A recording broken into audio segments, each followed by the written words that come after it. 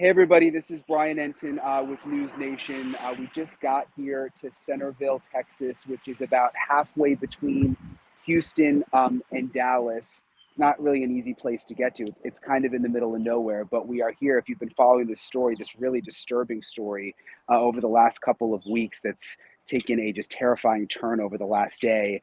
Inmate Gonzalo Lopez. He escaped in this area 3 weeks ago. I was right in this area when he first escaped. A member of the Mexican mafia, serving 2 life sentences. A convicted murderer managed to get out of a prison transport van and escape in this area. There was a manhunt here for about a week, and then they pretty much packed up and left for the most part. But there were still a few officers behind. Well, fast forward to yesterday, and we learned that Gonzalo Lopez is suspected, if you look behind me, of being in this house here. This is right off the main drag. And what we're hearing from authorities is that he is suspected of killing 4 children and an adult at this house, stealing a gun, a rifle, and also a handgun, and taking off in a truck that was on the property. Last night, he was tracked down to an area, and sorry, it's really loud out here. There's like a ton of trucks. He was tracked down to an area south of San Antonio. The authorities here believe that he was on his way to Mexico. And the sheriff's deputies in that area, just south of San Antonio, spotted the truck, chased him. They had to put out stop sticks. He crashed. He shot at deputies. There was a gunfight. And in the end, Gonzalo Lopez was killed by the sheriff's deputies there. But what's really so tragic about this is what happened here at this house. This innocent family, we're told they're from Houston. They come here. This is their weekend home. According to authorities, they believe they showed up yesterday. They know they were alive yesterday morning, and they believe that Gonzalo Lopez murdered the family inside the home behind me in the afternoon, then stole the guns and took off. I want to bring in Tracy Walder, former FBI agent. She's been following this case along with us. She was on Morning in America this morning. Tracy, the first thing that really stands out to me being out here, I was here when the manhunt started, and this is the area. This is the epicenter of the manhunt. This entire area was closed down. This is the main drag. I mean, it's almost like he was hiding in plain sight, Tracy. Yeah, that's what's so, in my opinion, unusual about this is that I am surprised that someone like him who had escaped before, has all these ties to the Mexican mafia, so has a network, I guess, stayed in this area, which is, as you said, it's really remote. There's kind of one main thoroughfare. I'm about an hour and a half north of it. A lot of folks do have ranch homes and things like that in this area. And so someone who's not from there would, I guess, really cause people to say something. And so that's why I'm very surprised that for 3 weeks, basically, really, he sort of hung out. It sounds to me, I'm just kind of piecing things together, that maybe he was house hopping, if you will, vacant homes that were second homes. And I believe that this home was probably cleared before. I'm not sure if someone was living in it full time or not, and he probably wasn't there. He was probably hiding in a different home or camping out in the woods somewhere. And then unfortunately, he probably broke in. I'm unclear as to whether or not he waited for them or not, or surprised them. But it's just very, very surprising to me that in such a uninhabited area, took 3 weeks, I guess, to locate him, when clearly he didn't move around that much. That was what was really surprising. I assumed after the second day he was in Mexico, to be completely honest. Yeah, and you've got I-45, which is right on the other side of this hill. I mean, it's like, a 5-minute walk from where I'm standing. So, he could have carjacked someone. He could have gotten out of the area, but he chose to stay put. Tracy, I think what disturbs me and everyone the most is that we heard he was armed and dangerous. We heard he would do anything, that, he killed someone with a pickaxe in the back in his past. But, I mean, to think that he killed 4 children, and the neighbors are saying it was a grandpa and four children, 4 minors. I mean, it's just so disturbing. Like, why not just steal the truck and take the guns and and let them live?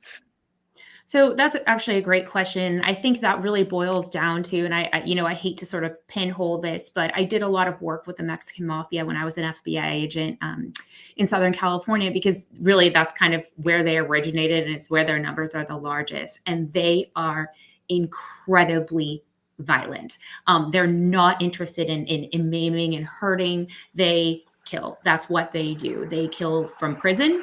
They kill outside of prison. And I mean, to the point that when we would go on arrests and raids and things like that, we would treat the members of the Mexican mafia differently. It's very obvious who they are because of their tattoos. And I'll be honest, and I hate to be so blunt, I'm not surprised that he resulted to this level of violence. And I'm a little bit concerned that that wasn't led with more how violent he was, because the Mexican mafia is known for its brutality and its ruthlessness. Yeah, and they were so confident that he was still in this area for so long, Mhm. and then they suddenly said, "Oh, he might not be anymore." And I just feel for the neighbors out here that he was among them all this time. I want to get to some viewer questions here. Sure. Sandy from Facebook is asking, "Why did it take for this to happen in order for them to get on the move in finding him?" That's a really good question. I think there's a lot of frustration. I think people here want accountability. I mean, Tracy, how unusual is this? And I mean, what do you make of the state and the way this has been handled? It's easy to be a Monday morning quarterback, right? I'm a former member of law enforcement. I'm a former member of the national security community. And I just think the fact that he was there for 3 weeks, and to answer this person's question, I think the reason he was found was simply because he stole that car, and they were able to put out an APB on that vehicle. So that was a stroke of, I guess, good fortune in that standpoint, that they were able to locate him that way. But I'm concerned that law enforcement, I think I mentioned earlier that I think after 2 days, I thought he might be in Mexico. The thing is I can think that, and that's what common sense sort of tells me, but that doesn't mean I stop investigating that he, was potentially in this area. And I think that may have happened in this case, because it seems to me, just in what I've read and seen, that they almost kind of closed up shop and stood down in this area after about a week of him being Yeah, and they knew he'd actually escaped in the past from there. law Hmm. enforcement, and they knew that he was capable of camping out and sort of sitting low in the brush. And um, you know, some people don't have what it takes to do that. Apparently, this guy did. Let me step out of the way, Tracy, and show you again. So this is it's basically a farm out here, but right off the main drag, there's a large lake. I know it's probably blurry because the service is not good in this rural area. But again, according to the neighbors, was a very nice family. Lives in Houston. This is family land that they've had for a long time, and this is where they come to enjoy the weekends. And according to the authorities, they showed up. They were seen alive yesterday morning, and you just have to think about the horror. You know what we're hearing are little kids.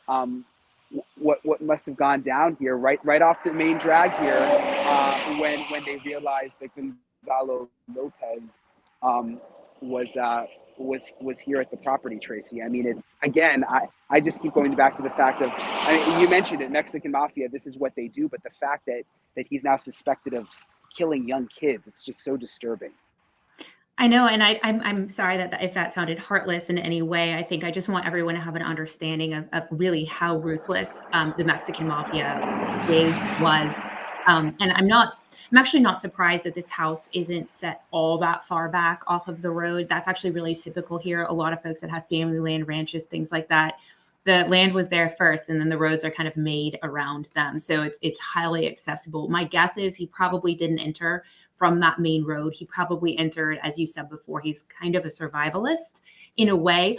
And he probably entered through the back of the property. But I would have been curious to know what drone footage should have shown. The local PD should have had drones out looking for him. And I think he would have probably been spottable on a drone. So another question we're getting online from a viewer, Tracy: will anyone be held responsible for his escape? I was thinking about that on the drive this morning. You've got 5 dead innocent people. Um, will someone be held responsible? I think that this is going to lead to an internal investigation, very much like the White case in Alabama, where they clearly had a breakdown in security, and that was a jail rather than a prison. But I think here, this is huge. This is an inmate that has escaped before, and I do think that they are going to have to look at what protocols were followed, not followed. If there was someone from the inside that assisted him in being able to do this, because I'm curious as to how he was able to have a weapon on himself. That it's not uncommon to do cavity searches before they get on buses and things like that for transportation. So I don't understand how that made its way into the bus. So I do think perhaps the prison will ultimately be held accountable. Yeah, and I mean, again, 5 dead innocent people. Could there be criminal charges? I mean, if they go back and they find out that one of these jailers didn't do the search or broke the rules, could they be held criminally responsible somehow? I do think that that's a great question. I do think that there could be an instance of criminal negligence, in this case, or not fulfilling their duty and their jobs that are executed by their duty. And so I do think that that could very much happen in a case like this. But the question would be then who individually was criminally negligent rather than the prison as a whole. Makes sense. Okay, well, Tracy, thanks for coming on today.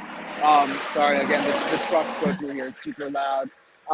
We are going to start trying to talk to neighbors, try to learn more about the family. We're trying to hold the state accountable, figure out what they're doing behind the scenes to make sure this doesn't happen again. We will have a full report coming up at 5 o'clock Eastern on NewsNation Rush Hour and throughout the night from Texas. So we'll see you guys tonight. All right, see ya. Bye.